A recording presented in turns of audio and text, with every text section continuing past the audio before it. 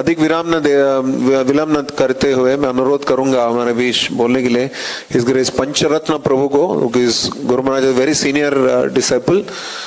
प्रभु जी विच batch प्रभु जी? 1983, 82, 83, 1983 batch, 83, 84। प्रभु जी के 41वां साल है ये इस काउंट में। आप में से कितने लोग पैदा हुए थे 83, 84 में? तो प्रभु जी जुहू में भी थे।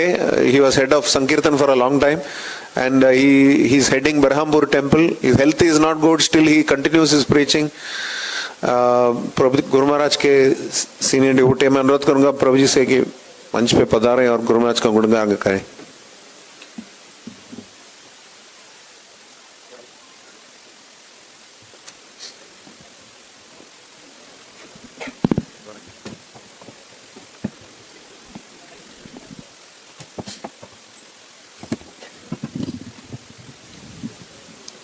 हरे कृष्ण। हरे कृष्ण। नमो विष्णुपादाय कृष्ण पृष्ठाय भूतले श्रीमद् गोपाल कृष्ण गोस्वामी नामिने प्रभुपाद साहित्य प्रकाश वितर से प्रचारं कृतवान् साधु भगवत पादाय ते नमः। तो ये दिल्ली का बहुत पुराना इतिहास है। जिस समय महाराज ये इधर एक बहुत बड़ा पहाड़ था, तो ये पहाड़ को जब मंदिर बनाने के लिए तो उस समय में महाराज कितने तकलीफ उठाया इस मंदिर को बनाने के लिए, बहुत तकलीफ उठाया। ये office, DD office, police station, collector office, बहुत ऑफिस घूमे, बहुत परेशान था। क्योंकि इंदिरा गांधी जो थे, इंदिरा गांधी वो मरने से पहले लिख दिया कि जितना सारा ग्रीनलैंड है वो सब, जितना सारा पहाड़ जो खुला जगह है वो सब ग्रीनलैंड में जाएगा, तो घर कोई नहीं बना सकता है। तो महाराज बहुत शक्कर काटने के बाद एक दिन किसने उनको बोला कि आपने इतना मंदिर क्यों बनाते हो? आपका जो वृंदावन में एक मंदिर है, हम लोग सब सुना है, वो तो सब CIA एजेंट सब उधर भरे हुए हैं, तो आप इधर मंदिर कैसे बनाओगे?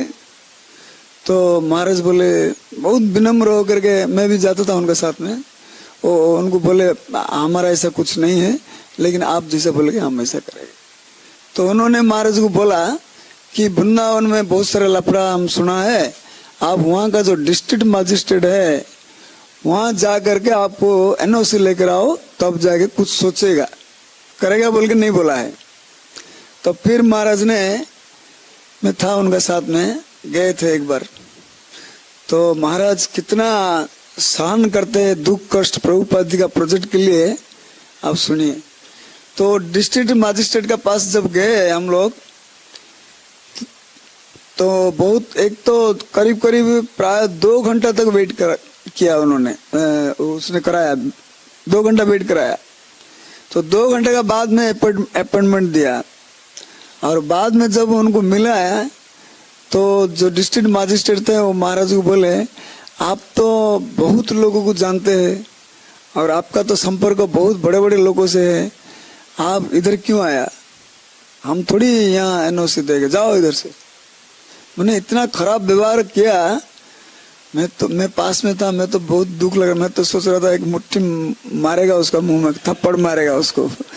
तो महाराज ने मुझे बोला, एक पंचरत्न सावधान रहो, प्रभुपाद जी के लिए सब सहन करना पड़ेगा।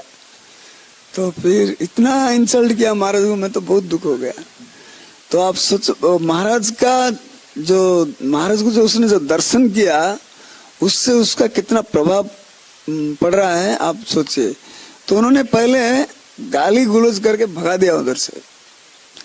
तो बाद में मैंने महाराज को बोला, महाराज ये बहुत इंसल्ट किया, मेरे को बहुत दुख लगता है। तो महाराज बोले, देखो प्रभुपाद जी के मंदिर के लिए आपको हर प्रकार का कष्ट सहन करना पड़ेगा।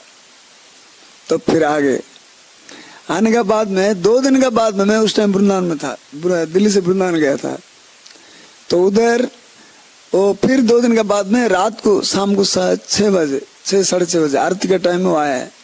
मेरे को दूर से देखा, मेरे को रेस्पेक्ट नहीं देता है महाराज को, बोलता है वो महाराज किधर है?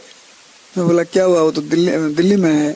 तो उनको भेजो, हम एनओसी दे देगा। तो उसका ये जो हृदय जो बदला है, ये महाराज को दर्शन करने से बदला है, और कुछ कारण नहीं है। तो फिर मैंने फोन किया महाराज को, तो फिर महाराज दूसरा दिन आए, फिर गए, फिर एनओसी लेकर आए। तो महाराज प्रभुपाद जी का ये प्रोजेक्ट के लिए कितना सहन किया है।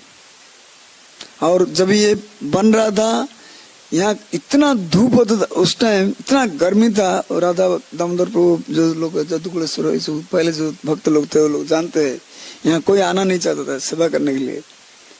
बहुत तकलीफ से ये मंदिर बनाया है। वहाँ कम से कम 70-80 सुअर सुअरी घूमते थे इधर, कांटा का पेड़ था। बहुत तकलीफ से हम लोग M1 ना क्या ग्रेटर क्लास 1 में मंदिर था, वहां से पहले तुलसी लाके इधर रखा। पहले मैं कहा तुलसी पहले रखेगा तो वातावरण सुधरेगा। और इधर आसपास में जितने हैं सब बीफ मटन बेचते थे सब लोग, इतना कचरा था इधर। लेकिन गोपाल कृष्ण महाराज के कृपा से और उनका आशीर्वाद से आज कितना सुंदर भव्य मंदिर बना है। एक बार मुझे याद है, करोल बाग में दिसंबर महीना में बुक मैराथन करते थे। तो महाराज दिसंबर महीना में दिल्ली में जितने सारे संकीर्तन ग्रुप गए हो गए, सबका डाटा रखेंगे और शाम को जाएंगे, सब पार्टी से मिलेंगे। तो एक पार्टी में गए थे करोल बाग में। एक पार्टी जो था वो महाराज जब जा रहे थे, उधर पुलिस का पब्लिक का उनके साथ कुछ ना हो रहा था, कुछ झगड़ा होता, भीड़ हो गया था। और पुलिस हम भक्त लोगों को बोल रहे थे तुम लोग सब जाओ इधर, बंद करो सब प्रचार। ठीक उसी टाइम महाराज पहुंच गए, देखिए इधर क्या हो रहा है, बहुत भीड़ हो रहा है। तो महाराज पुलिस को पास गए, उनको बोले भक्त लोग भगवान का प्रचार कर रहे हैं, गुणगान कर रहे हैं, आप क्यों परेशानी कर रहे हैं। वो महाराज का जब ऐसा हाथ जोड़ के देखा, वो वचन सुना, वो पुलिस छोड़ दिया। ठीक है महाराज जी, चलेगा। फिर बुक डी सुना हम लोग, बहुत जबरदस्त किए। तो महाराज का जो प्यूरिटी इज द जो फोर्स है, जो भी नास्तिक भी होगा, ये हमारा अनुभव है, व्यक्तिगत अनुभूति है, जो भी उनको देखेगा और उनका व्यवहार से उनका हार्ट हृदय परिवर्तन हो जाता है। साधु संग सर्वशास्त्र का लवमात्र साधु संग सर्व सिद्ध है। तो ये है महाराज का विशेष कृपा। वो ये नहीं देखेंगे कोई भक्त, बहुत सारे हम मैनेजमेंट में रहते हैं, हमको पता चलता है कभी कभी मैनेजमेंट कोई भक्त को गलती करने के कारण उनको भगा देते हैं, कहते हैं महाराज इस भक्त को इस मंदिर में जरूरत नहीं है।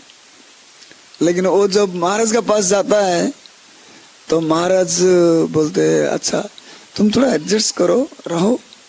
और मैनेजमेंट को समझाएंगे अरे उसको भगाओ मत, रुको, उनको रहने दो, कुछ दिन देखो, ज्यादा तकलीफ होगा तो मैं हूँ, ऐसा बोल के उनको रखे गए। एक भी भक्त को भगाना नहीं चाहते हैं मंदिर से। मुझे याद है एक साल एक भक्त ने ना संकीर्तन बस से पैसा चोरी कर लिया। और वो संकीर्तन बस का ड्राइवर जो है वो देख रहा था, वो हमको बताया। तो मैं भी उस टाइम संकीर्तन बस में था कुछ दिन। तो संकीर्तन बस का वो जो पैसा है, रुपया है, उनका ब्रीफ केस में था। और महाराज उस टाइम वृंदावन में थे। तो हमारा बस भी दिल्ली से गया था वृंदावन। तो मैं वृंदावन से वो भक्त को लेकर के महाराज के पास गया। मैंने कहा महाराज देखिए ये भक्त पैसा संकीर्तन से चोरी किया है और ये उनका ब्रीफ केस है, इनमें पैसा है। तो महाराज बोले पंचरत्न तुम लोग सोच जाओ। हम लोग चला आए। तो हम क्या सोचे थे, महाराज उनको थोड़ा जबरदस्त डांटेगा थोड़ा। लेकिन हम आधा घंटा बाहर रहा, वो भक्त जो बाहर निकला तो बड़ा खुशी में हंस के जा रहा था। मैं आश्चर्य हो गया, मैं कह रही कि हंसते हंसते क्यों जा रहा है। तो उस टाइम तो पूछने के लिए और टाइम नहीं है। तो रात को मैंने गया रात का सेवा के लिए। हमेशा हम महाराज का सेवा रात को करते थे। तो रात को मैंने महाराज को पूछा, मैंने महाराज वो भक्त तो पैसा चोरी कर लिया और आपने उसको कुछ नहीं किया, छोड़ दिया। वो तो हम देखा वो हंसते हंसते जा रहे थे, तो उन्होंने मेरे को डांटे, बोलते अरे तुम लोग सब भक्तों को ऐसा अपमान करने से थोड़ी चलेगा, वो तुम अपमान करेगा बाहर चला जाएगा, वो लोग बीड़ी पिएगा क्या करेगा, प्रभुपाद का संस्था छोड़ देगा। तो उसको मैंने दूसरा मंदिर का प्रेसिडेंट बना दिया है।